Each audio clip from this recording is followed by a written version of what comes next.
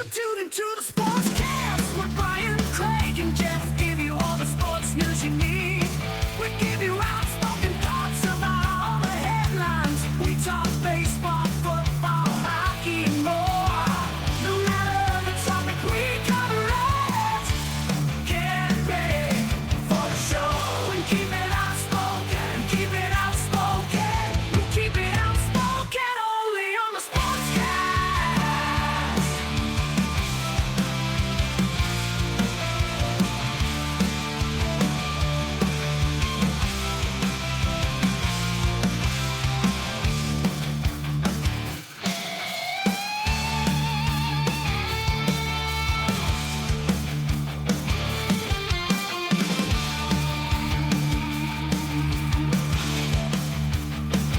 Tune into the Sportscast with Brian, Craig, and Jeff. Give you all the sports news you need.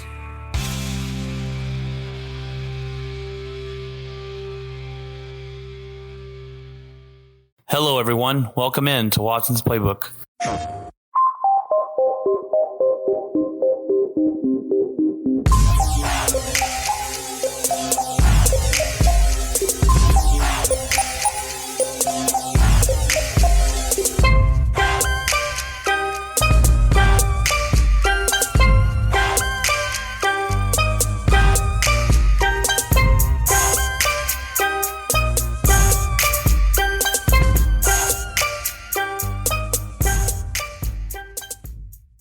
Everybody, welcome in. It's episode number 23. I hope you guys have had a fantastic week this week, and I hope it continues to stay fantastic for you. I've been pretty busy at work this week. We got a route down, so I'm going to have to pick up some slack there. I worked 12 hours on Monday, and they told me to be prepared to work 13 hours tomorrow. So not looking forward to it, but hey, it's more money in my pocket. So we watched some obviously watch some football this weekend, and we're going to jump into the headlines of the week.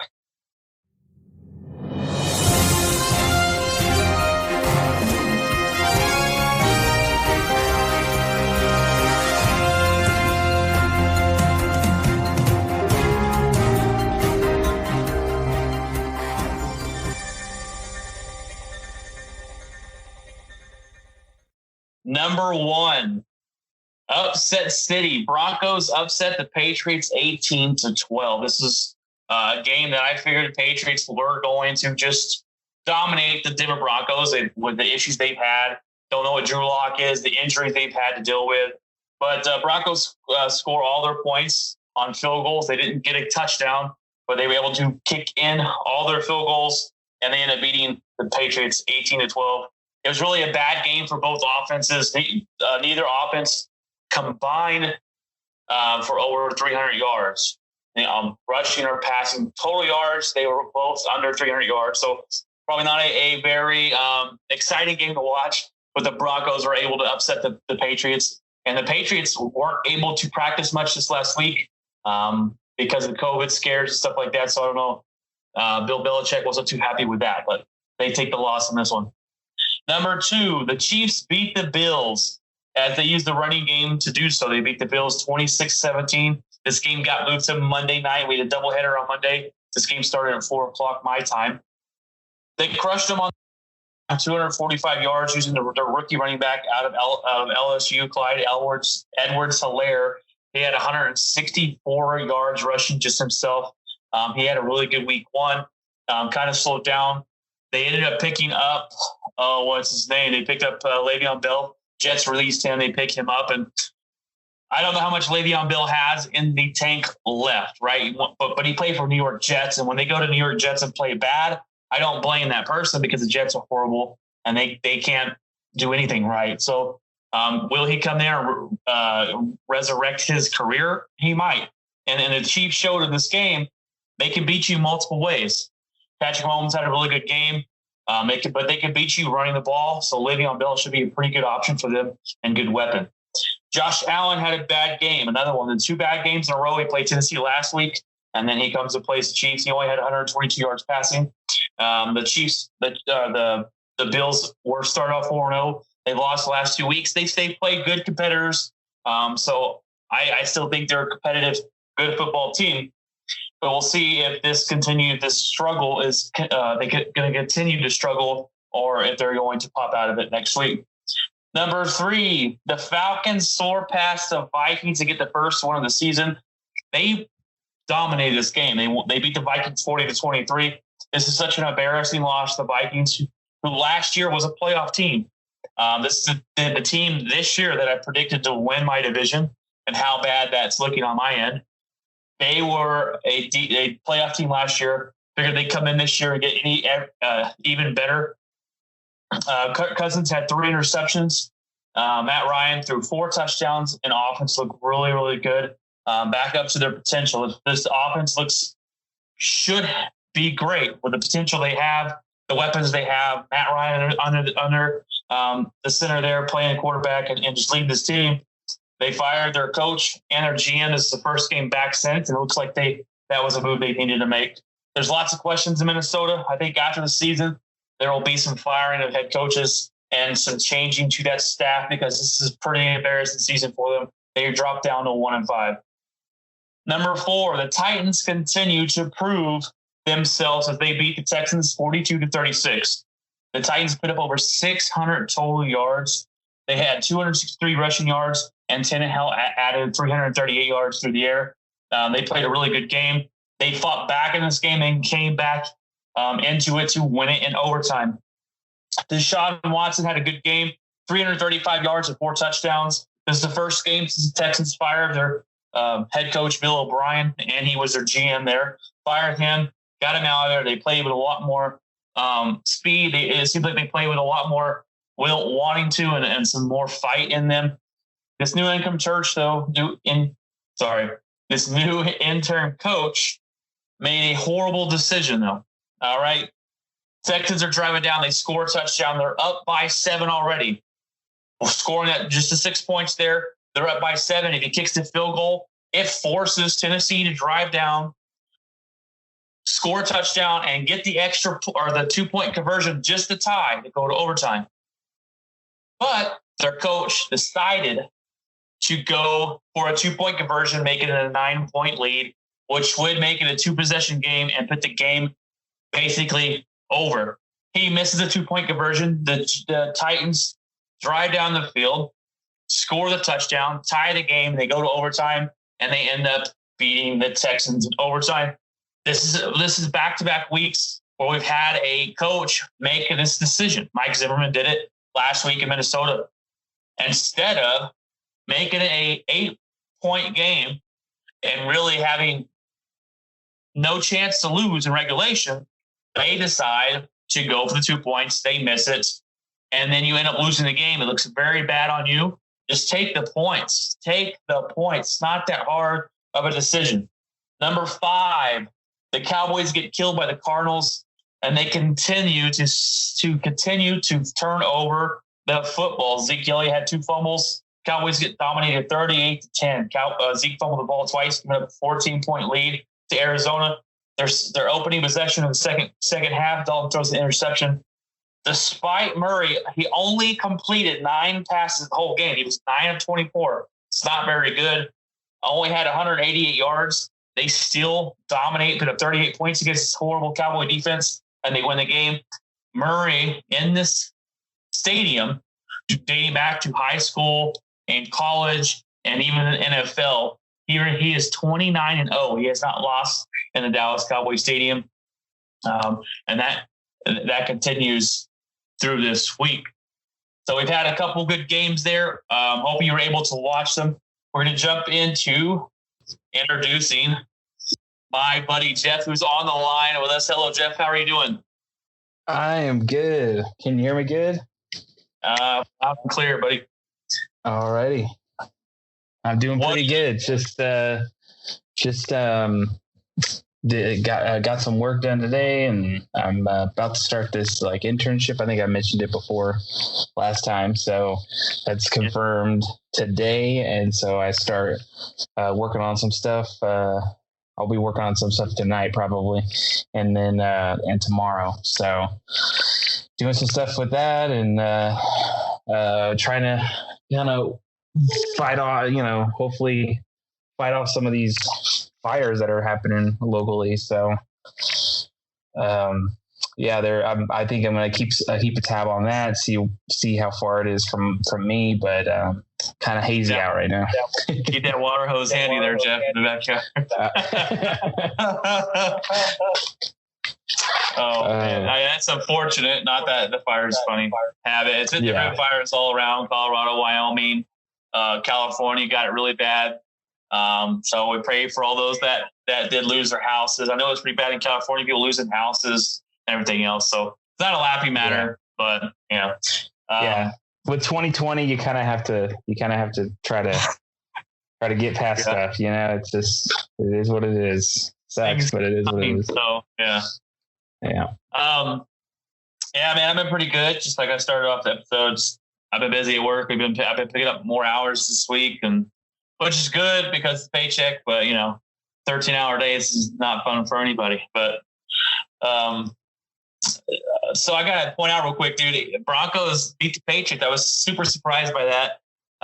You got any? What did you watch the game? Did you were able to see how that happened? I know y'all didn't score any touchdowns, but you did. Your kicker was perfect that day. It's a field goal game. Now, I watched on and off. I kind of watched the beginning part of it a little bit, and then I had to run some errands, and so I listened to it on the radio, local radio. I think it was 103.5 or something like that. And so I just listened to that while I was kind of driving around and stuff. And then right when I got home, I want to say that I caught like the tail end. So the last drive that New England was trying to go.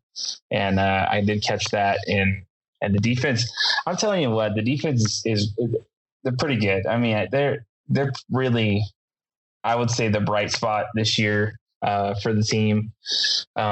Even with all the injuries that we've had on defense, when it comes to Von Miller, we didn't have Bradley Chubb for a game or so. I think he was in this game.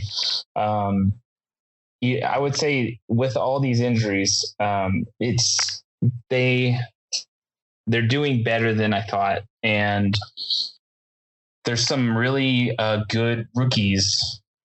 In particular, I think it's OJ Moutier, who has been just ridiculously good, knocking balls away, fighting wide receivers. It's just he's something else. And if this continues, he's going to be one of the top cornerbacks in the league by far.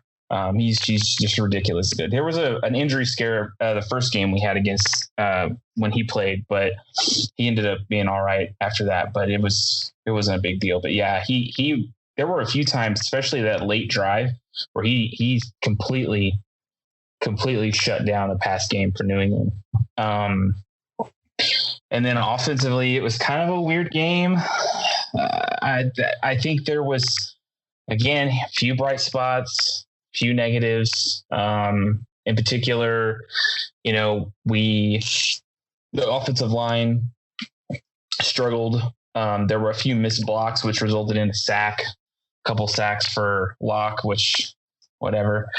I think that ultimately, we have to see Locke actually kind of go a few more games into this season to kind of see what this team's about. He's lost a lot of weapons on offense, so it's really hard for him. But yeah, I will say Philip Lindsay's back. He looks good. He was injured.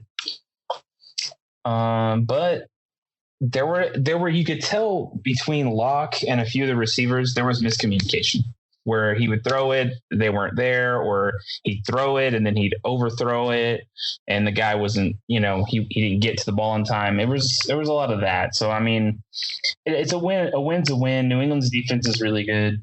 They really gave Locke a lot of troubles. They closed a lot of windows as well. I noticed for people were talking about, there were a lot of spots that Locke couldn't throw in, and when he did, they were contested. So I mean, we had to try to run the ball and try to mix it up as best we could. But New England, they took away a lot of options for us. And ultimately, I mean, yeah, we kicked a bunch of field goals, but that's a tough team to win against. Right. A win's a win. Cam Newton had a bad game at 155 yards only. And like I said earlier, that the offenses, neither one of them went for over 300 yards. So it was a defensive type battle. The Patriots scored most of their points in the fourth quarter. They made a frantic fight to get back in it, but Broncos got the win, man. And I, you talk about Andrew Luck missing some throws and some connection issues with his wide receivers. This is the second year that he didn't have a full off season, and with COVID year going on, and that will come in time. What the difficulty I think with Denver is, with all these pieces missing, it's hard to evaluate your quarterback and what he's going to be. So I think that's a struggle right now to figure out, is this going to be the guy of the future? Yeah, man, you get that defense, you get everyone healthy. I think, like I said, I had the Broncos going to the playoffs this year, and it's not going to happen. But right. I believe in the talent that they got. So, I mean, the thing is the COVID year is a really odd thing. We're starting to see it more and more often. It's taken a while for some of these teams to kind of get going, but I'm just glad to finally see. I want Locke to get as much experience as possible, and this is the perfect year to do it. There's no expectation. I mean, there was going in, but with Vaughn out, with Sutton gone for the year, even a few tight end pieces gone as well, or a few other wide receiver pieces gone as well. I mean, this is a perfect time to get that I guess that connection with I'm trying to think the guy we got in the draft. Oh my gosh. Jerry Jeudy. What is his name? Jerry Jeudy and Locke one-on-one. Get them gelling. Because once you get that going, now when Sutton comes back, Locke's favorite target, you got this 1, 2, 3 punch going on. And it's all about getting Locke that experience. And this is that perfect year. There's no pressure now because he knows that this team is wounded, obviously. I mean, granted, if all of a sudden we break out and start winning games, awesome. But I don't think there's an expectation there, especially as a fan. Maybe different in an organization, I don't know. But as a fan, I'm not expecting anything. So have this year be that year where you're like, okay, now I start to make this transition and understand what this offense is about, and me clicking with all the pieces in the offense and learning stuff. Don't be afraid to make mistakes. Like, make those mistakes, but then find out and go, okay, why did that not work? So it's just, that's kind of what I look at for this year or this season in particular. I'm not expecting anything. I wasn't expecting anything going into it because, and especially with all the injuries, I'm like, just let them throw I mean, if there's that one play where everybody's like, oh no, don't do that play, do it. Just do it. See what happens. It's one of those things. Throw every play out there. Yep. Yeah. I mean, don't be afraid to do something, The defense is good. The defense will keep you in games. We already see it. So just let Locke be a little free. Let him go. Let him do his thing. He's going to get hit sometimes. Fine. That's fine. But just let the little pieces fall where they may. And let's see what the offense is. Let's see who Locke is. Let's see what all these pieces can do. Because, I mean, that's ultimately what I think, especially for the Broncos, this year's all about. Right. And you got to figure out, like I said, you got to figure out that quarterback. And Justin Herbert, I know there was ties between John Elway and Justin Herbert, and he really wanted him in the draft this year. And Justin Herbert's doing really good. But y'all found Drew Luck last year in the draft, and Green Bay wanted to pick him up, but y'all swooped him up, I believe in the third round, if I'm not mistaken, second or third round. So he has potential, man. He has potential. So just throw him out there, see what he can do, see what throws he can make, how he can read defenses. And once y'all get a normal off season and get back healthy, another draft pick or two, maybe some free agent pickups, Denver could be a good threat next season. I left the game out of the headlines, Jeff. If you notice, one of the biggest games. It was a game of the week. We're going to talk about this. It's called the Spotlight of the Week. And I got to put the Packers on blast here a little bit. We're going to talk about the Packers and Buccaneers game. I had it in the headlines. We switched it over because it was Brady versus Rodgers. You don't get that opportunity very often. I think this is only the third time they've met. They've split him before. Brady takes this game as it was a dominant game by the Buccaneers. They ended up stomping a mud hole in us 38-10. I'm going to go ahead and give it to you for a second. I don't know if you got to watch it, if you saw anything you want to kind of talk about, and if you have any questions. I watched the whole thing, and it's pretty hard to watch. I have not seen any of the highlights. I have not watched. I just know the score was a bit shocking. The score was a bit shocking, mainly because of the differential in terms of points. Because I really thought this was, if anything, this was going to be a close game. Yes, but for sure, I definitely did think it was going to go the opposite direction it actually went. Right, I was excited about this game to start. I know we're a good football team to start off for. The Bucs have they're 2-3, I believe, and we were playing them. And the Bucs are an interesting team. They got Tom Brady, who I think is washed up, but they have talent around Tom Brady. Right, they have a good defense. That's one thing I noticed was their defense. And this was a weird game, Jeff. We started off the game. We scored 10 quick points. We got the ball first, drove down, kicked a field goal. We got them on a 3-and-out. We scored a touchdown. We were 10-0. And then all hell broke loose. We totally fell apart. We stopped the Buccaneers again. Their offense was lacking again. They punt the ball. Aaron Rodgers throws a pick six. All right. This is only his third pick six in his entire career. Tells you how often he doesn't do it. He's played 17 or 16, 17 years. He's only thrown 3. The Bucs pressured Rodgers all day long. They blitz. We lost our left tackle, Bakhtiari, in the game. He had to go out and leave with a chest injury, and we were getting dominated on the offensive line all game long. Rodgers throws a pick six. All right. Come back down. Okay. The Buccaneers have got back in it. They're only down 10-7. The next possession, Jeff, 2 throws later, Aaron Rodgers throws another pick.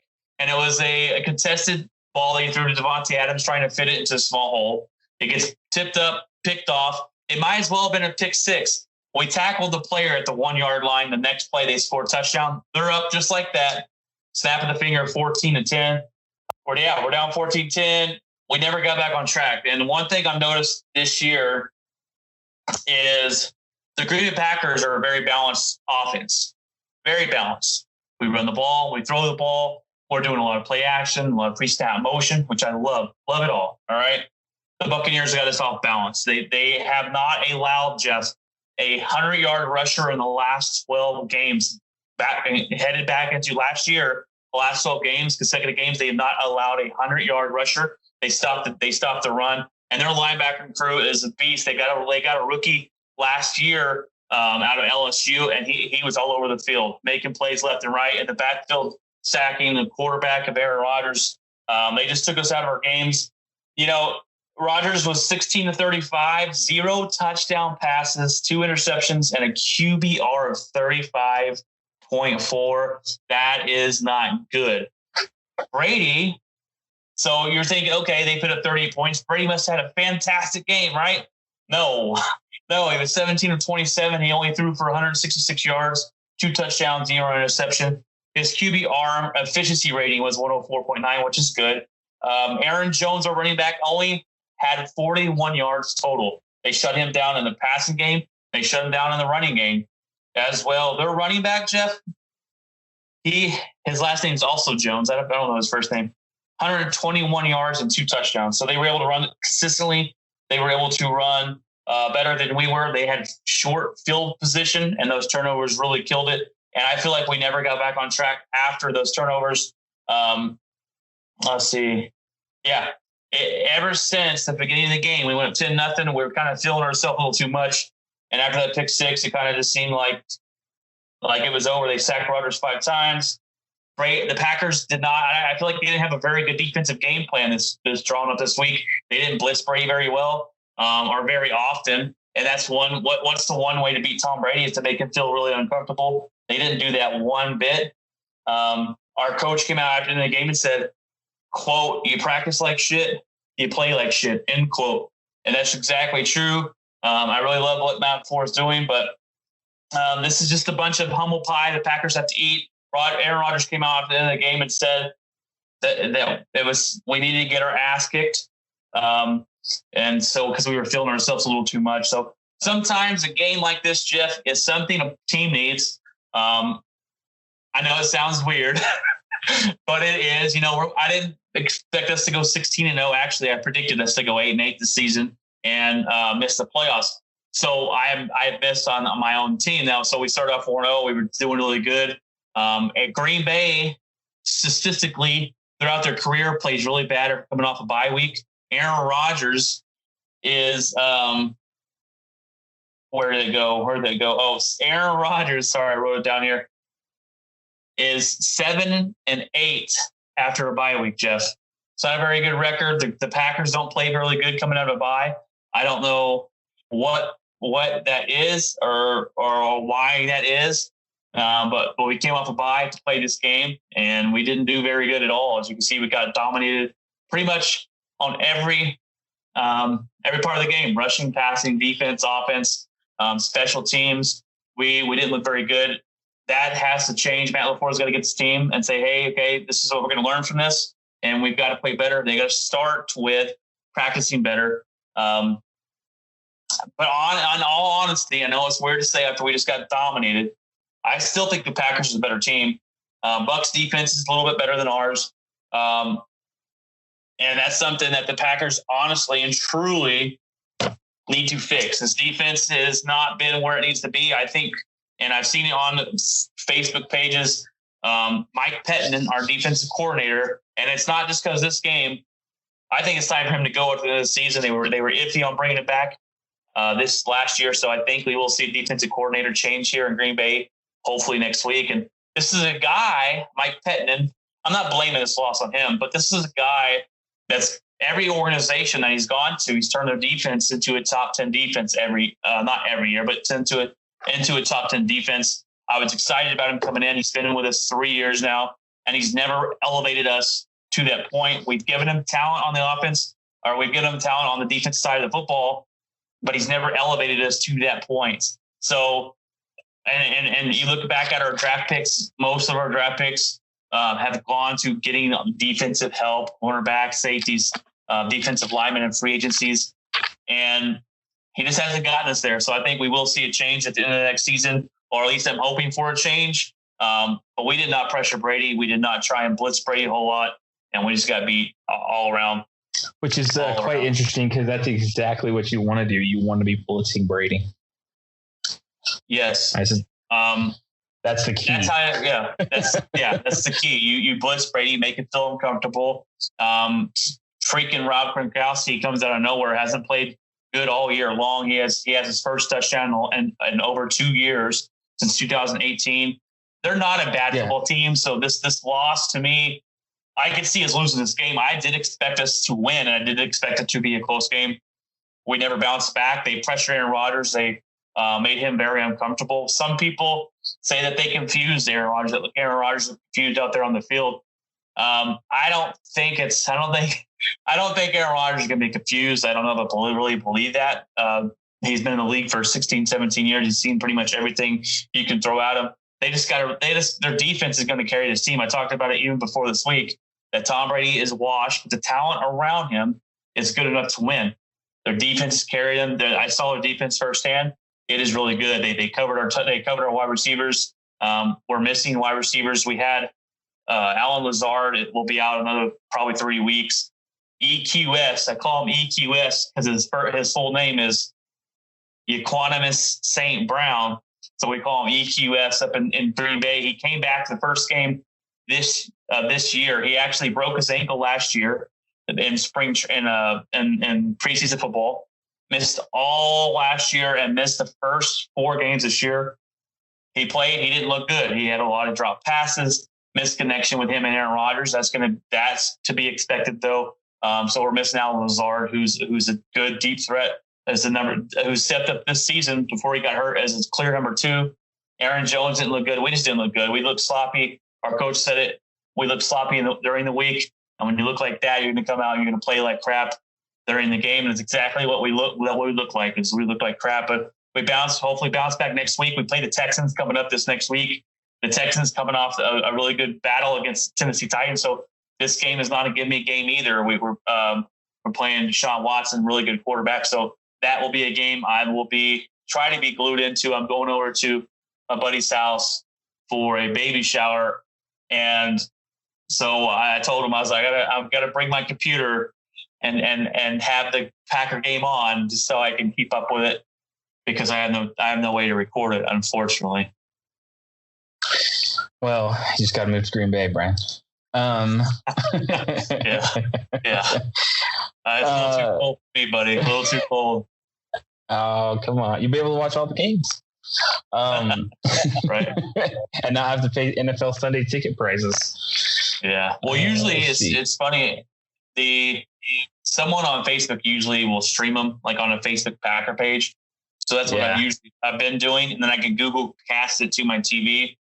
Or I can watch two games. I watch the Packer game on the laptop and watch every game. But usually I'll Chromecast the big screen and really get into it. I was into this game, but it got away pretty quickly. It was crazy how fast this game turned. We were at 10-0. I'm feeling really good about it that we stopped their defense. And after the pick 6, that really changed the whole momentum of the game to the other side. And they didn't slow down, and we didn't step up. So, well, how's the tackle doing?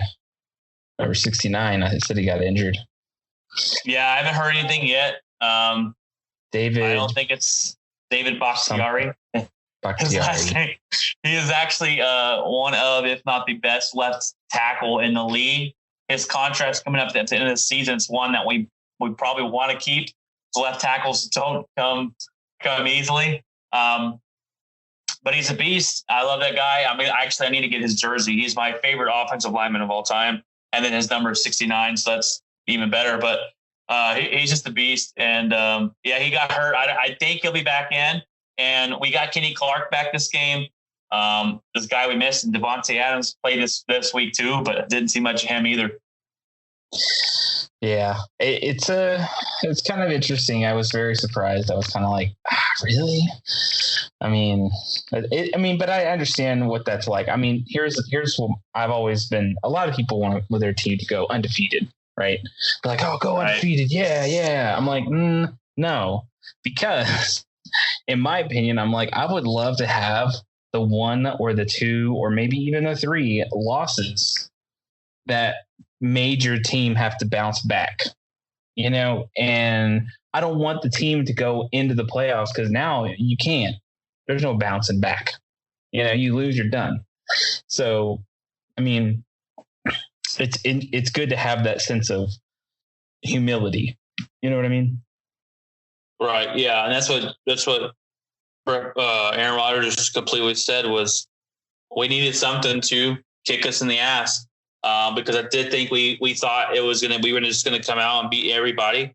But I just think that you want to have those losses, which seems weird.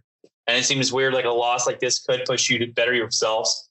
But it totally does. And yeah, you're exactly right. And you want to have those losses before. You don't want to have them. It's like the Patriots that went undefeated and then they lost the Super Bowl.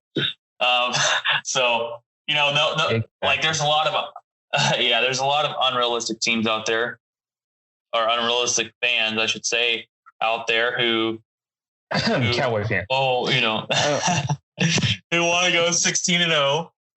But I also see it where we lose one game and everyone's like, oh, we need to add this, we need to fire this guy, we need to do that. I'm like, let's relax. All right. I know I did talk about Mike Pettine being gone next year, but I think he will be gone. I don't think we need to bring him back, not just because of this game. But I think our future's bright here in Green Bay. Yeah, it is what it is. So just one loss. So did this loss put Chicago in first place? Gosh, yes, it did. Brian, And it did because they played one more game than we have. They're 5-1. I'm telling you, Jeff, they are a fluke. It's a fluke. It is a fluke. This team is not real. All right, it's not going to happen. When does Green Bay play them? That is a good question. We should be coming up on them pretty soon. Let me check that for you, though. They are a fluke, Jeff. It's just not. It's not going to happen. They're not going to win. They have a good defense, and that's what's really sticking around. Actually, man, we don't play the Bears till almost the end of the year. We play Texans, Minnesota, the Niners, Jacksonville, the Colts. Then we play the Bears. It's the end of November, Jeff. So, and then we finish the season with them. Well, that's going to be interesting. We'll see. Yeah. It may come down to those games there. The Bears always play us tough. To be all honesty, they're a good defense. They have offensive talent if they can find a quarterback. Their Nick Foles is really iffy. I know they beat the Buccaneers last week by 1 point because Tom Brady got his fourth down, and so they've scratched out some games, but I just think it's fluky, and I'm not the only one saying that. So there's a lot of people saying that. I just don't see it. 5-1, they should be at top of your power rankings and everything like that. They're not that good. So I just don't understand how they're 5-1. They've got lucky. A lot of their wins have been against really easy teams, and they've snuck by every one of those teams. And the Green Bay Packers, if you look at the teams they faced, some of them may have been easy, but dominated those games. We didn't just squeak by them. So I just don't see. I think we can earn a division. I think Bears will fall off here in the next couple of weeks, and we'll see. We'll see. Minnesota is the biggest laughing. Well, not laughing, still not the biggest, but to me, it's quite a joke that they're 1-5 right now. I do believe Zimmerman will be fired at the end of this year. Like, no, they've got to make some changes. Kirk Cousins' contract, I believe, is up at the end of the season. I don't think they bring him back. There's big question marks. And there's actually, I forgot to bring this up earlier when I was talking about the Vikings game, but there was rumors that Adam Thielen and another star player, there was asked to be traded because they don't want to play with Kirk Cousins and they're tired of this offense. So you got some question marks there. We saw with Stephon Diggs, he was complaining a lot and he left to go to the Buffalo Bills. He had to force his way out of Minnesota. This could be a complete implosion of the team if this is true about these players not wanting to play there anymore. I don't know if it's a coaching change that needs to be made or Kirk Cousins needs to go or something, but they're not happy there. And I think it's funny. I'm enjoying it very much so. Oh, it's always hilarious when there's drama with a division rival. That's for damn sure. When Oakland started just getting rid of was it Khalil Mack and Amari? I was like, oh yeah, there we go. Let's just get rid of everybody. Let's just start unloading it all. Yeah, I was like, that's fine by me.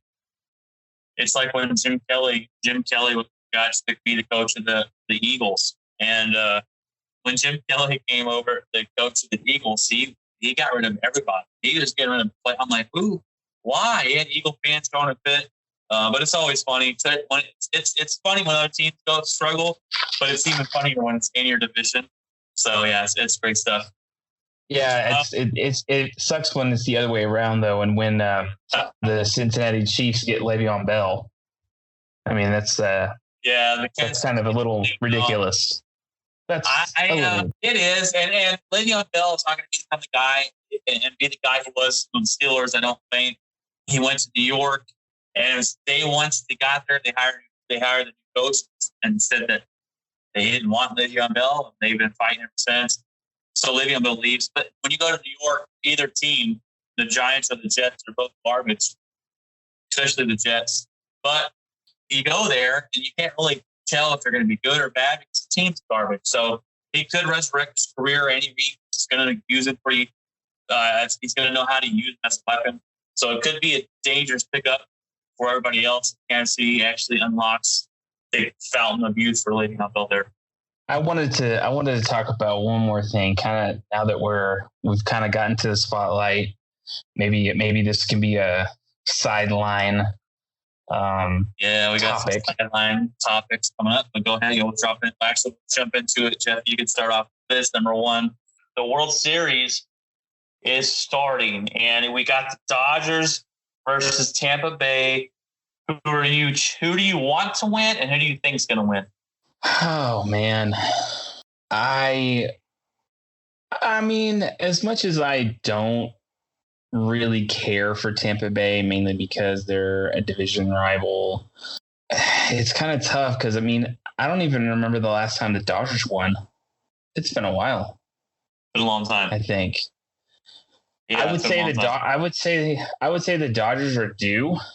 I mean, they've been knocking at this door for like 3 years, you know? Yes. And it's just like, I mean, when are they going to do it? Clayton Kershaw, I mean, I don't really trust the person. He started off doing pretty well in the playoffs. And I think the last game was absolutely horrible. Just absolutely horrible. If I really wanted to dial it to who I think is hungry for it more, I would have to say Tampa Bay, mainly because nobody even in Tampa Bay cares about the Rays. I mean, to be honest with you, that fan base is so gone. There's tons of Yankee fans down there. It's like anytime New York comes into town to play Tampa Bay, it's like a home game. That's a big joke in the Yankee community. It's like a home game. I would say honestly, Tampa Bay's probably the best team this year. Right out of the gate, right when the season started, the 60 games, and their pitching and their bullpen, it's just really good. It's really good, and it's just designed so well for this kind of season. The way the season was, I mean, they had injuries. Don't get me wrong. They kind of ended up pulling a Yankee thing like last year, where the Yankees got injured and they were still good. So it was just they kind of hit on all cylinders this year. Some people in the baseball world think that this is not a fluke, that this is a legitimate contender. They'll be a contender for years to come. I don't believe so. The big problem with that is that Tampa Bay doesn't have the capital to spend on players. So once those players get to a point where you can trade them and get more pieces back, that's typically what Tampa Bay does. They're not going to re-sign max contract deals. They're not going to get the big fish out in the free agent market. Like, it's very rare. I would be extremely shocked if they even tried to do stuff like that. They're just not a team designed to do that. So I honestly, as much as I don't want to say it, I would say Tampa Bay is going to win it in 6. In 6. All right. I agree with what you said. This is kind of made up for Tampa Bay. You think about this team and you look back at the years that they play baseball, and they're always that team that's in it at the end, right? They're always fighting and battling for the playoff spots. They're giving the Yankees a hard time. They're battling for the playoff spots. They usually make the playoffs. They don't do much in it. They're always there, and they do it. You got to give hats off to this front office and the GMs and the coaches and managers there. They do it on a limited budget, like you said. A lot of this has to do with home. Scouting your own players and your AAA players. And if you're not spending money on the free agent market, you're doing that. I think Tampa Bay is a good baseball team, but you're exactly right. They're going to lose a lot of people probably once they become free agents. How are you going to sign them back? You got to, trade. You got to make those trades work out. This is built perfectly for this team this year, but I think the Dodgers win this series. I'm actually cheering for the Dodgers. I think it would be cool if both LA teams won the championship. It's the Lakers won and LA won, and Kobe Bryant was a Laker fan or a Dodger fan. So all that being said, I just think they win. Clayton Kershaw is homegrown in Texas here, Jeff. I'm hoping he wins. He can get that monkey off his back of playing bad in the playoffs. He starts game 1, I believe. And I just think defensively they've been playing really well. They got the better bats, the better bullpen, and the better pitching is going to go to Tampa Bay. The bats are better with the Dodgers, but I just think the Dodgers are hungry. Like you said, they've been knocking on that door the last couple of years trying to get over that hump. They added Mookie Betts over the offseason. They paid him an outrageous amount of money. He's been playing pretty good. He's batted better for them throughout the playoffs. Understandably, he's playing lights out. Mookie Betts is a beast. So yeah, and he's as playing, much as I hated him on the Red Sox, he's really good. Right, and I don't really care who wins. It's one of those I don't have a dog in the fight. I wouldn't care if either team won, but honestly, in all opinion, this goes back to something you said a little earlier: is Tampa Bay has no fans. I don't think they deserve a championship. That city does not deserve a championship. They don't care about this baseball team.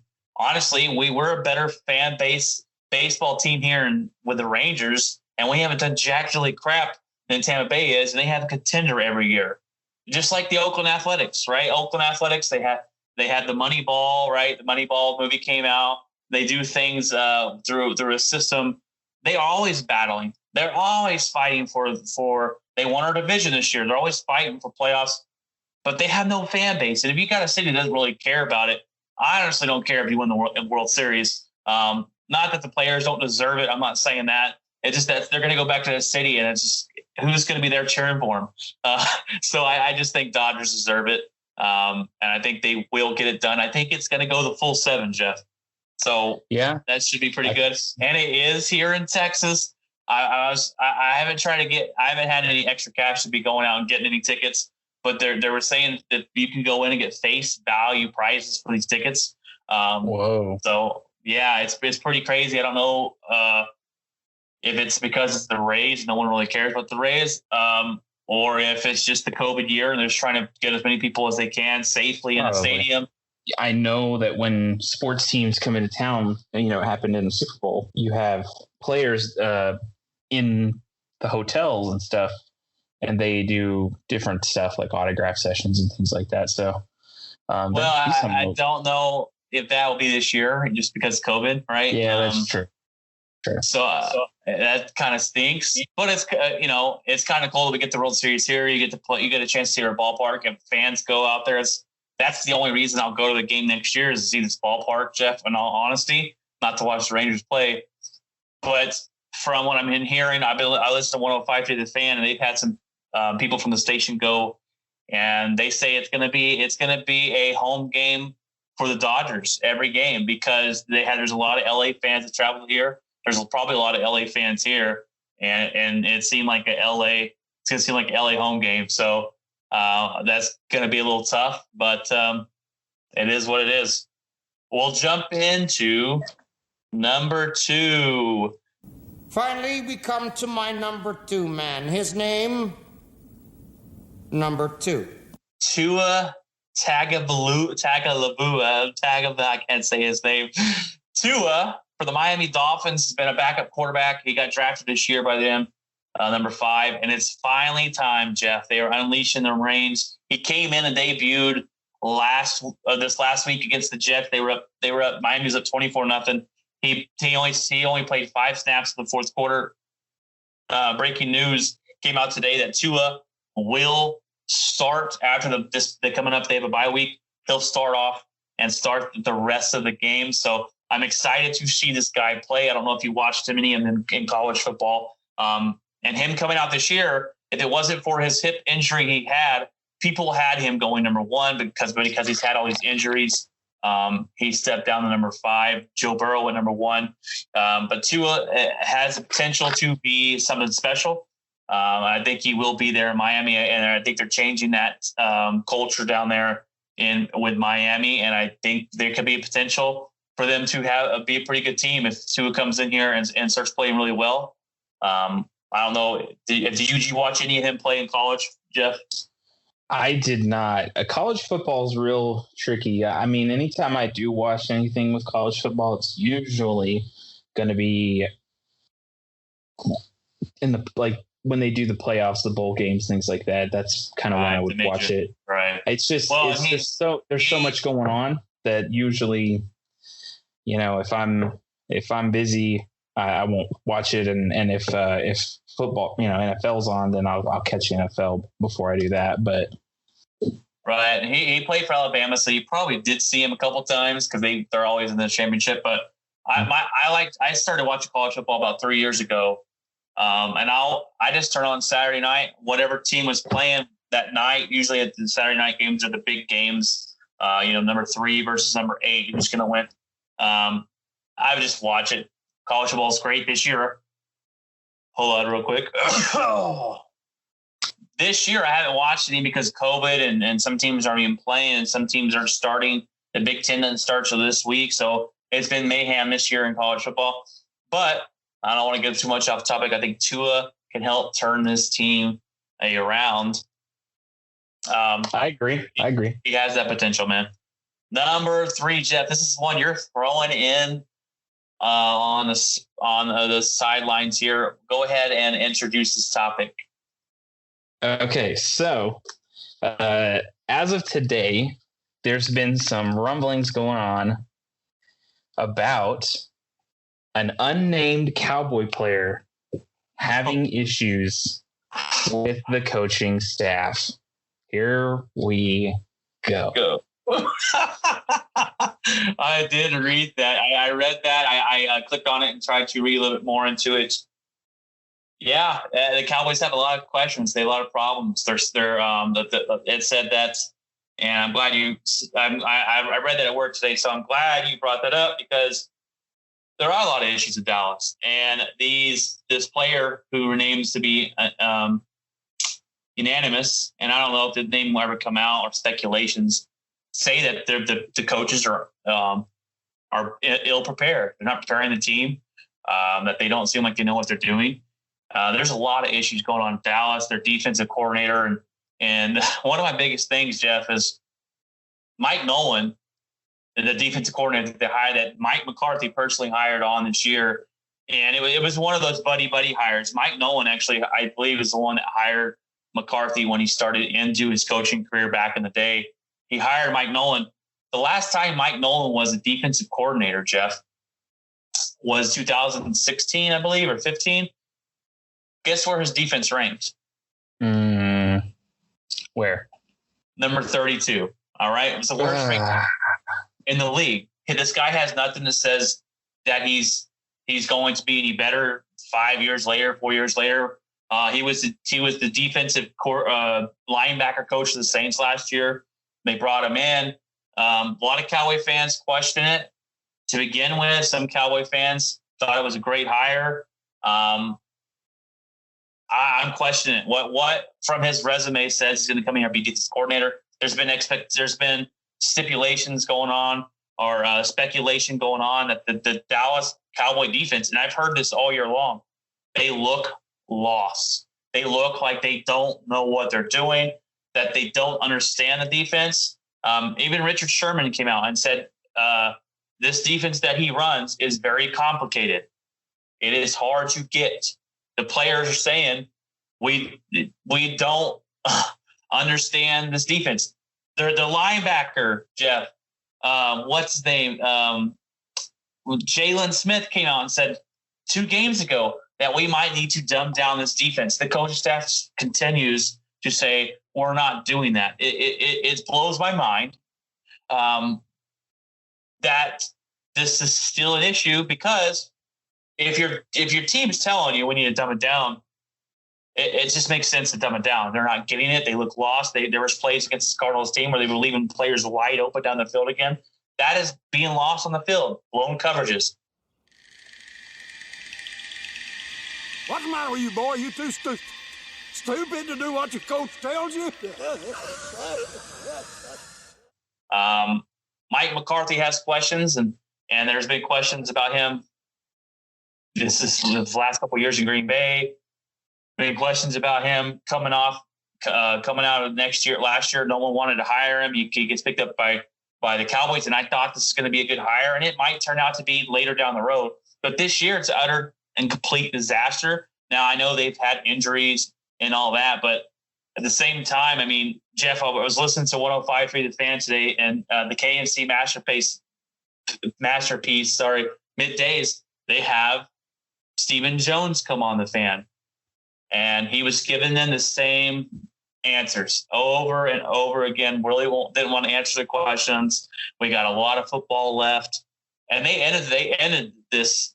They had him for 5 more minutes, they said, but they ended it early. They ended the interview early because he was going to give the same basic BS answers. They opened up the phone lines, and Cowboy fans were calling in, blasting the Dallas Cowboys.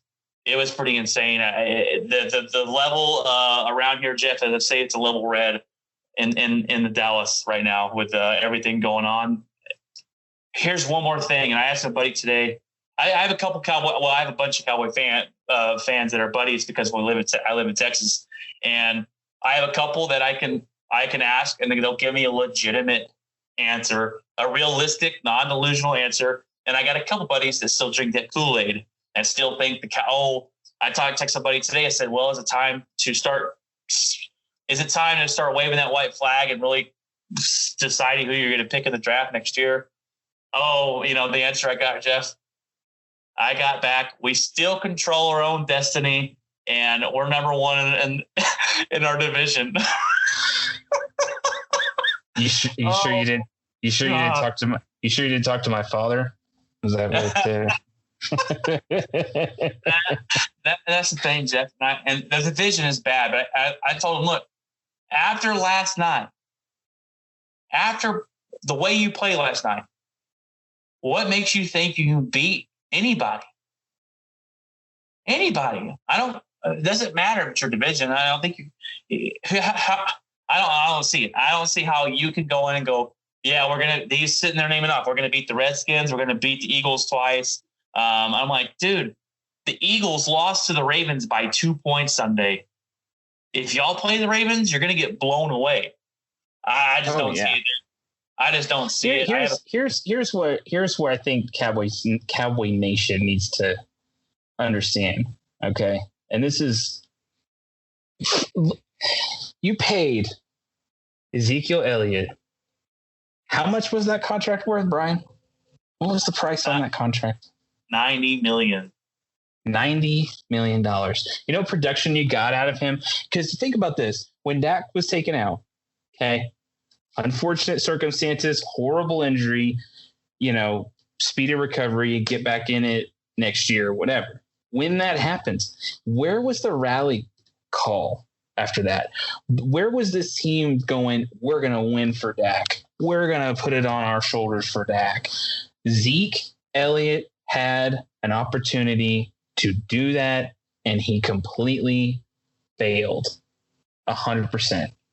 12 carries, 49 yards, already 4 turnovers this year, highest in his career. We're not even midway through the season yet.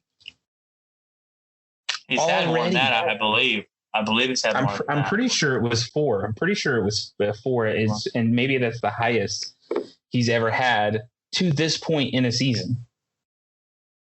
I mean, what are you're getting, you paid him for moments like this when you need him the most. And what do you get out of it? Right. Nothing. Well, and they did nothing. They did rally back and beat the Giants, but that only lasted for a quarter and a half. You're exactly right. They were killing them on the radio. Zeke Elliott fumbled the ball twice, giving up 14 points to the Arizona Cardinals. You look at the Dallas Cowboys with Dak Prescott as a quarterback. You can play from behind and maybe get back in the game. You play from behind with Andy Dalton, you're not getting back in the game. There's no getting back in the game with Andy Dalton. I figured they'd come out. Here's another thing I also want to mention, and this is, if I was a Cowboy fan, which there's no way in heck I would be. If I was a Cowboy fan, I would be very frustrated with the things coming out of Mike McCarthy's mouth after the game. Because even that is absolutely hilarious. These are quotes, by the way, from Twitter, okay, from a sports analyst. I guess he was interviewing him after the game, or maybe it was the next day. What's the I don't know. analyst's name? What's the name? You know, it was like John Macchiota. It's John M.A. Okay. So anyway, horrible butchering of the last name. Everybody butchers mine, so it's fine. But so it's like, the thing is he says things like this. I feel like our preparation coming into this game was our best this year. That was your best. I mean, take a look at the Green Bay Packers and the way their coach said, "You practice like shit, you play like shit." Dude, I'm so glad you said that, because that's all over Packer fan pages. Like, look at the difference between these two coaches. And that's not it. That's not it. You come down. You go down. He has another quote here, and he's like, well, didn't play very well on offense, defense, or special teams. Most importantly, I didn't coach very well. There you go. Good job. And it says, I have a continuing issue with ball security on my football team. So that's a shot right at Zeke in particular. I mean, I know Dalton threw an interception, but whatever. That could be chalked up as miscommunication. But Zeke is the one where it's like, what is going on there? One of those picks too that he threw, their wide receiver CeeDee Lamb was going to catch it, but they got away with a defensive pass interference. So the player knocks down CeeDee Lamb and then picks off the ball. So I can't really count that against Andy Dalton, but there was no flag on that play, so it goes as an interception. But Andy Dalton is a guy he averages a pick game, so he's going to turn over the football. And Zeke Elliott, they were talking about he's seeing ghosts right now. They saying that he needs a sports psychologist to talk to him about this, because he's having that issue. I mean, my thing is there is no person in Cowboy Nation, there is no person who knows this coach better than Brian. Okay, everybody. So my question is this. Is this something you've seen before? Looks like this, totally unprepared. They don't teach. They just aren't good at their jobs in adjusting on the fly. Have you heard this before? Oh man, yes, I have. It sounds very familiar. In Green Bay in the last 4 years, he was in Green Bay, and that's one of the biggest things. He did help us win a Super Bowl, and I, awesome, grateful for that. But he's like 4-15-1 in his last 20 games. I think Jerry Jones that came on today, Stephen Jones came on today talking about he's won a Super Bowl. He knows what he's doing. That was Coach or Jerry. That was 10 years ago. What has he done? What has he done now? What has he done? Look at the last season, and a lot of them are saying, did he win his ring just because he had Aaron Rodgers? So I think that the people are starting to turn on Coach McCarthy pretty quick here, Jeff. And it's that thing is the offense. The offense in Green Bay, they didn't do pre-snap motions. They didn't have anything that was going to confuse the defenses. He didn't do any of that. That's what frustrated Aaron Rodgers. That thought that he had a low football IQ. This is a guy running your offense. Aaron Rodgers got frustrated with that. I remember Aaron Rodgers quoting that during practices we would have unique plays, different plays. We'd have about 10 to 15 new plays. And when the game time came around, we never saw them. They never played. They never called those play calls. So it was frustrating there. He took a year off. And I think this is what the biggest thing too, Jeff, is he took a year off and said he studied analytics and he changed his way of coaching. And he's come here at Green Bay. And that was the one thing is because everything is going to analytics nowadays. Pass the ball more, do this on fourth down and here and there. And all these numbers say you should do this and do that. And not every coach goes by them, but the smart ones do. And he basically said, hey, I watched – he lied to Jerry Jones, first of all. He said, I watched all the Dallas Cowboy games, and then he come out later and said he didn't after he got the job. that he's going to change his way to be a new analytical coach, and that has yet to be shown in Dallas. So a lot of people are probably feeling like they got sold on a bill of goods. I think it's too early to be just throwing in the towel on Coach McCarthy, but I do think Mike Nolan needs to be fired. I think he needs to be fired now, maybe off during the bye week. Jerry Jones doesn't make that kind of splash, though. It's not going to happen. Then maybe they fire him at the end of the season. And then Kellen Moore, too. You got to throw Kellen Moore into this. This is a guy that Jerry Jones respects and thinks is going to be the next whiz kid. And he's the one that calls the offense. He called the offense Jason Garrett last year here. And a lot of people thought, okay, well, Jason Garrett handcuffed him. Kellen Moore is going to be a good coach. He comes in and Coach McCarthy gives him the play calls, and he's going to call the plays. And they're still struggling. Now, I understand injuries. Their offensive line is decimated. They lost a lot of people on defense. But the main problem you have with the Dallas Cowboys, Jeff, is they've given contracts to players that don't deserve it. They gave Zeke Elliott a contract, and not that he didn't deserve it at the time. At the time, he was playing high. But you don't pay running backs that amount of money. I don't care who it is. You don't pay running backs. That's not a valuable position because it can be replaced. They actually, Jeff, they set out Zeke Elliott after he fumbled those 2 footballs. They made him sit on the sideline for a couple possessions, and their backup did pretty good. He actually looked better than Zeke. Then they paid DeMarcus Lawrence a $100 million contract. And where has he been? He's been missing for a couple of years. They paid Amari Cooper a $100 million contract. Where's he been? He had 2 catches the last game. I don't know what his stats were last night. I don't remember seeing him lighten up the board. They only put up 10 points. And you're exactly right. When they tried to lean on Zeke Elliott to give him that push and give him that oof they needed, he laid a big egg, 2 of them, and cost this team a possible win. So there's a lot of problems in Dallas. A lot of problems. There were points scored on those turnovers, right? 14. The game in the first quarter was 0-0-0. The defense actually pretty decent.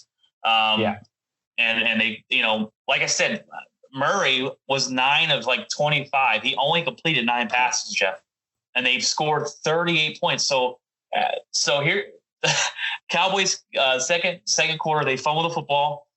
They give the ball to the Cardinals. They on short field, they score a touchdown, 7-0. Next possession, Zeke fumbles the football.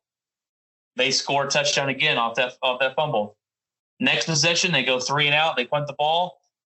Cardinals score again. It's 21, and the Cowboys, I think, added 3. It was 21-3 at half. The Cowboys come out the very first possession of the second quarter.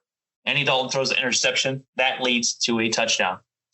This defense is bad, but this offense isn't helping them out. And they talk about it on the radio a lot. Complementary football. That's why I thought we'd see Zeke Elliott a lot more, right? That's what I thought. To keep their own defense sideline, make long drives. Now, look, I will give the Cowboys fans this as an excuse. Their offensive line is decimated. They only had one really good offensive lineman last night, and he was missing because he had a concussion in the middle of the game. He went out. This offensive line's bad. They can't protect anybody. They couldn't protect for Andy Dalton.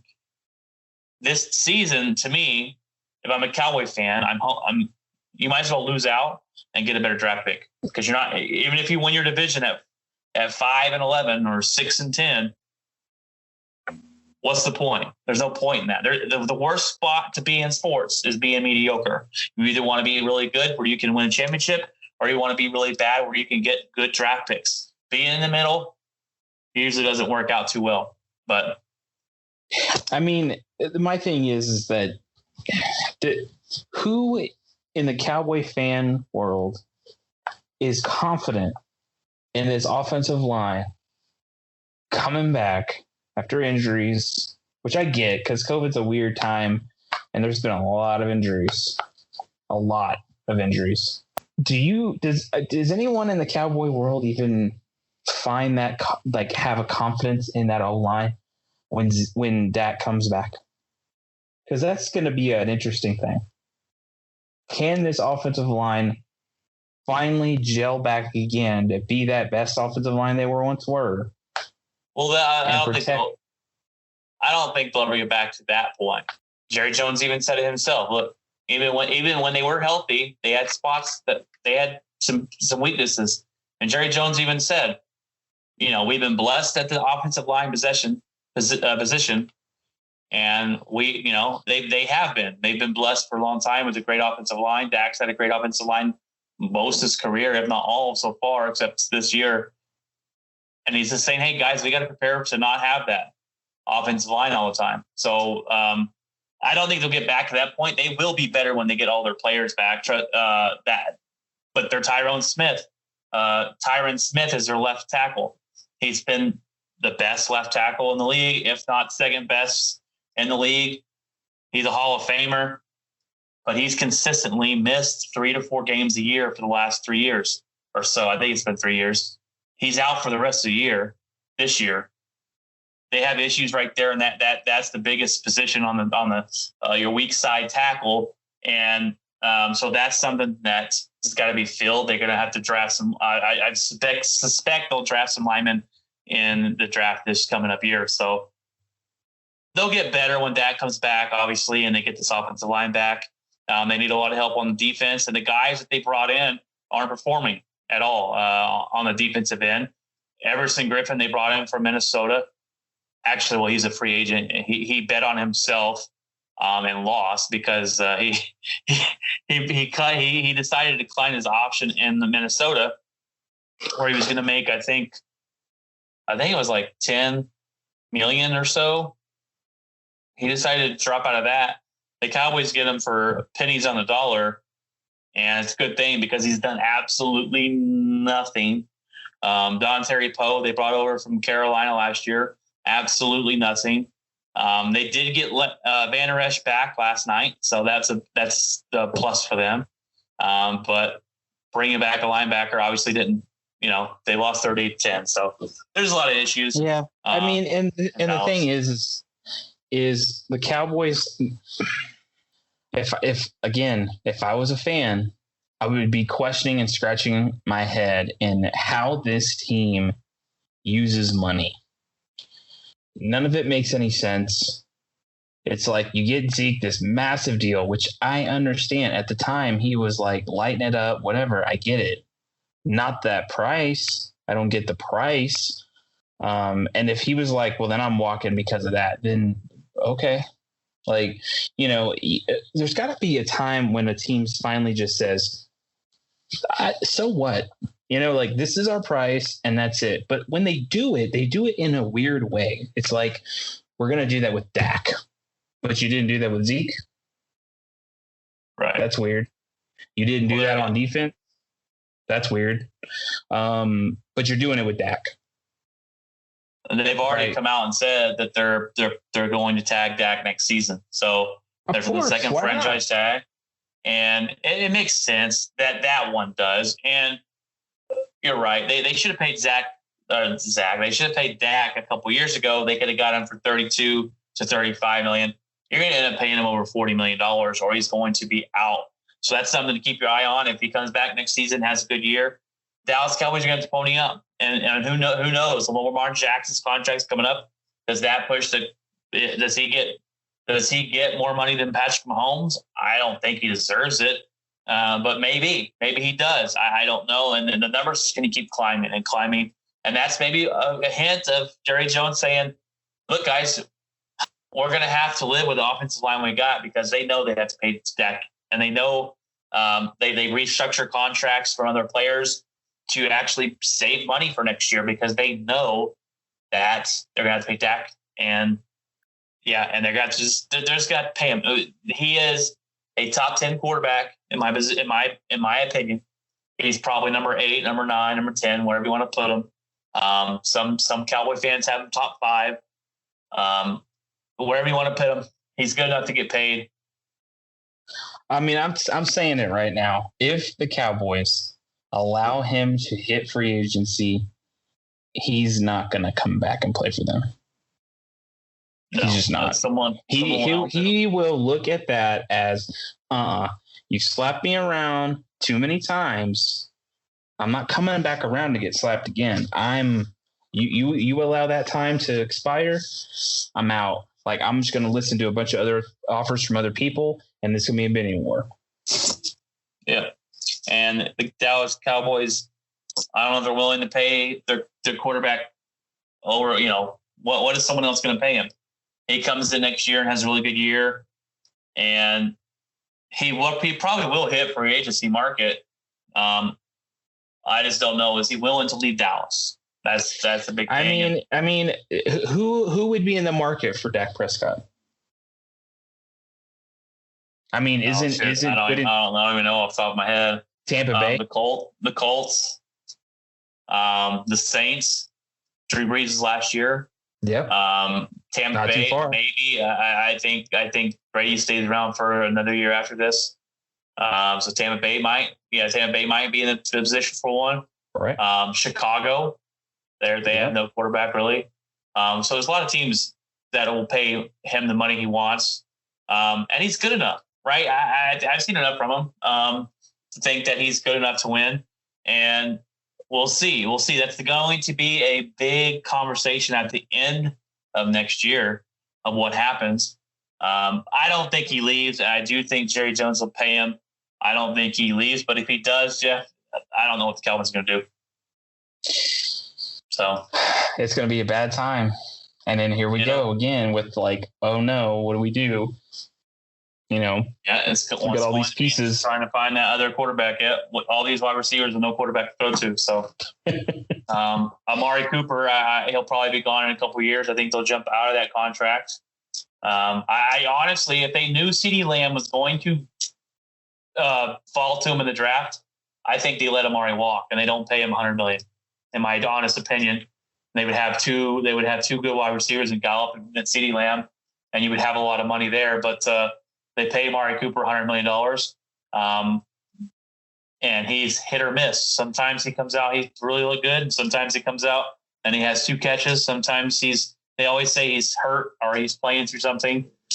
So there's a lot of issues with the most important guys on the team that they've paid. So, but enough Cowboy talk here. I'm hoping to have my buddy Leon, and he's a realistic Cowboy fan. I'm hoping to have him on if he wants to even come on now that the Cowboys are doing so bad, and just talk about just the Dallas in general. But let's go ahead and jump into the top 5 games next week before we wrap it up here. I got 5 games for you, Jeff. I got number 1, the Packers versus the Texans. This ought to be a really good game. Texans are coming off firing their coach and their GM, which he was both. Bill O'Brien was coach and the GM there. They played really good last week. They put up a lot of points against a good defense. I got Packers bouncing back in this game and winning. It'll be a hard-fought game. It's going to be a 3-point win, I think, by Green Bay. Who do you got winning that one? It's in Houston. It's in Houston, so that makes it tougher. But yeah, it does.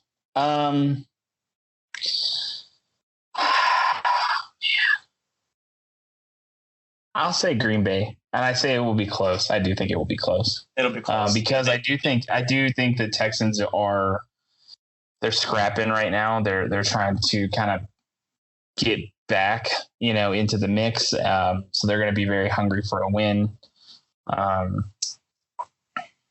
I definitely think because that was a close game. I saw the tail end of that Tennessee and Texans game, and especially in the regulation time, not the overtime. Yeah. But and that was like a the right decision. They might have won in regulation, but yeah. So I'll say it's going to be close. I will go with the 3-point differential there on your end. So yeah, I think that's right.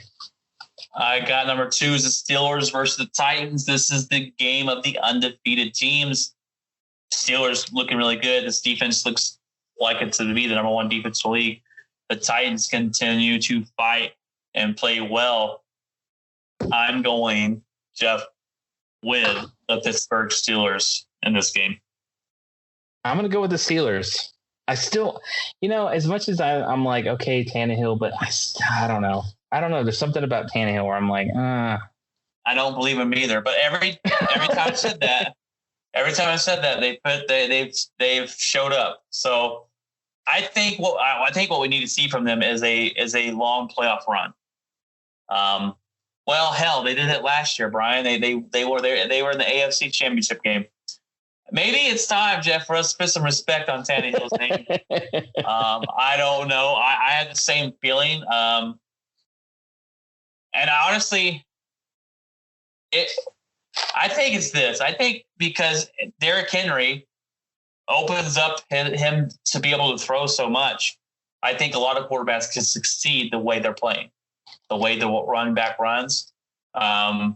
So I think I need to see a game where Derrick Henry gets shut down and Tannehill comes out and throws for 300+ yards and wins in the game. But the Titans are playing really well right now. So this is a game that's I would like to see. But I got the Steelers winning. I think their defense is just that lockdown defense. I think, and this might be the game, Jeff, where Tannehill is going to have to step up, and because I don't know if they're going to allow Derrick Henry to run all over him. So we're both. I agree with that. I think honestly, I got the Steelers. The Titans win too many close games, and I think with a good defense, I don't think you're going to win a close game. Like I just don't think the Titans are going to win a close game like that against that kind of defense. Number 3, we got Jimmy G and the 49ers coming off a win against the Rams last week, who I picked the Rams to win. Going back home to face his old coach in the New England Patriots. I got the Patriots winning this game. I don't think they're going to have 2 horrible games back to back. I think they know Jimmy G. We're doing Bill Belichick. So I think they're going to pull off the victory. The defense, I think, is going to stifle Jimmy G and hold him to, low on points. So I got the Patriots beating the 49ers this week. I'm going to go with that as well. And that's in New England, right? I'm not sure. I need to start checking to see where they're at every game. I'm pretty sure. I think it is. The Patriots just played in Denver. So maybe a home game for them. Yeah. But either way, I think England's going to, their defense is good. It is good. And I think Jimmy G, like I said, is going to be confused by it. So number 4, this could be a good game. They got the Buccaneers versus the Raiders.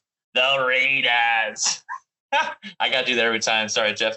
I think the Bucs are going to continue to win. I think they feel more confident after beating the Green Bay Packers the way they did it. The Raiders are an interesting team who they came out one week and beat the Chiefs, and then they could lose the Browns next weekend. You know what I'm saying? They're inconsistent at times. I got the Buccaneers winning this game. This is a game, though, that I could have flip-flopped either way, but I got the Bucs winning off a dominant beating the Packers, and I think they're going to continue to build that confidence through the rest of the season. Well, you got Chucky coming back home. Hi, I'm Chucky, and I'm your friend to the end.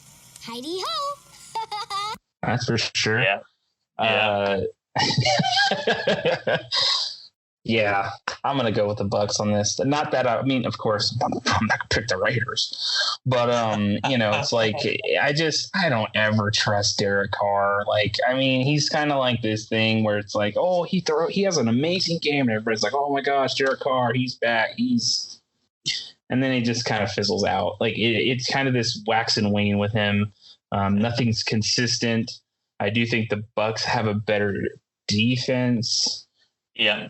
And then I think also, I just think I think Bucs will win. I think that I don't think Chucky's going to get his revenge on his old team. So I think that's it for that one. Number 5, and sometimes it's hard to find if it's game. I picked the Bears versus the Rams.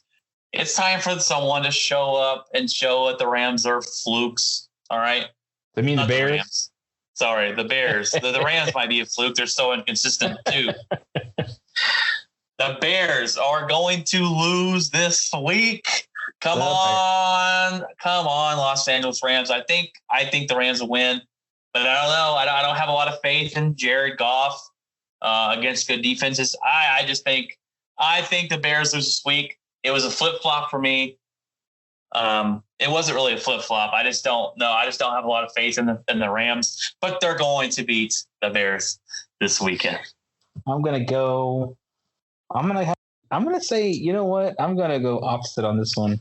I'm gonna go with The Bears. The Bears. And I think they're gonna pull out a victory over the Rams. I do think that it will, like I said before earlier in the podcast, I do think that division's gonna be up between the Bears and the Packs. And so I think that it's gonna be this kind of back and forth up until they play each other. So I think I think Bears game, and they may have another loss before they play the Packers, but they'll have more than just one more loss. Who are they playing against outside of this? Let me pull this up. Let me pull up Chicago and tell you what they are playing. Chicago. Let's see. They play the All Madden team. They barely beat the Panthers last week. They play the Rams, the Saints, the Titans, the Vikings, the Packers, the Lions, the Texans, the Vikings, the Jags, and the Packers again to end the season. So after this game, they play Tennessee and they play the Saints. Right. Yep. And then the Packers. No, they play the Saints after this game. Then they play Tennessee. Then they play Minnesota, and then they play the Packers. I think they'll if they lose this week, I think they'll go 1-3 in these next 4 games. I don't see them beating the Saints. I don't see them beating the Titans. They could possibly beat the Minnesota. Minnesota is a up and down team, so they could come out and play really well. They could come out and Kirk Cousins throw 3 interceptions in their first half against Atlanta. So that's just really honestly, one could say that at this point, it's very possible for the Packers and the Bears to have a similar record before they meet, right? If not by 1 game, but basically pretty close. Pretty close, Jeff. I'm not trying to give them too much credit here. But realistically, with that defense, this defense is good. It's going to carry them. I think they'll beat the Rams. I think the Titans might pose some problems. Vikings, I think, will be a close game, but and I do think something's wrong with the Saints. Obviously, so I don't know what's going on there, but Drew Brees is washed. That's what's the problem with the Bears or the Saints. There's 3 quarterbacks that are washed: Brady, Brees, and Rivers. And Rivers is going down fast, but he's going down river in a van down by the river. Down river. There you go. They have the best defense in the league, by the way. Dang. Colts. And they're losing. So Phil Rivers is not doing very good there, Jeff. But I don't know. The Colts, I want to jump into the Colts. I really don't want to jump into the Colts. I honestly don't. They have a good running back. They have a good offensive line. We haven't talked about the Colts since Peyton Manning and Andrew Luck, really. So, but I think it's about time we wrap this up. It's about a little bit past my bedtime here. That's all right. Okay. I don't really have any final words. I don't know if you got any final words. I hope that this new job works out really good for you. Yeah. It's exciting. My wife is excited, and my mom has been kind of excited about it and stuff. And so it's a new chapter, and just trying it out, getting some experience under my belt and everything else. It allows me to, the job. I'm grateful to have my job that I have now because they're paying me to work part-time. They don't have to. So that's pretty cool. That way I can still do that, make some money, get some experience doing this. And other than that, gearing up for PS5, or almost, I would say, less than 2.5 weeks away from PS5 launch. Sure. I will be getting it in February, Jeff. So. Yeah. So it's gonna be a fun time. This next, I mean, you know what? Here's the thing. There's got to be some good out of this year. This year has been absolutely dog awful, just horrible, just the worst year I've ever seen in my life. It's pretty bad. And granted, I'm still relatively young, but this is a horrible year. So there's got to be some light at the end of the tunnel, and thankfully it's happening towards the end. So this is a good sign. I'm trying to get this internship done. I'm excited for a new console generation. My wife's getting some of her stuff looked at by this lady. She submitted a screenwrite for one of her old books that she did, that she turned into a script. And so this lady gave her feedback and really, really loved it, and said that it could be accepted by an agent. So there's a lot good going on in the worst year out imaginable. So I'm just like, I'm ready to kind of get to the holiday season and just forget about this year, man. Just get it out of my head. Let's try to do all the little things that will allow me to kind of escape, Oh yeah, definitely. You always gotta find the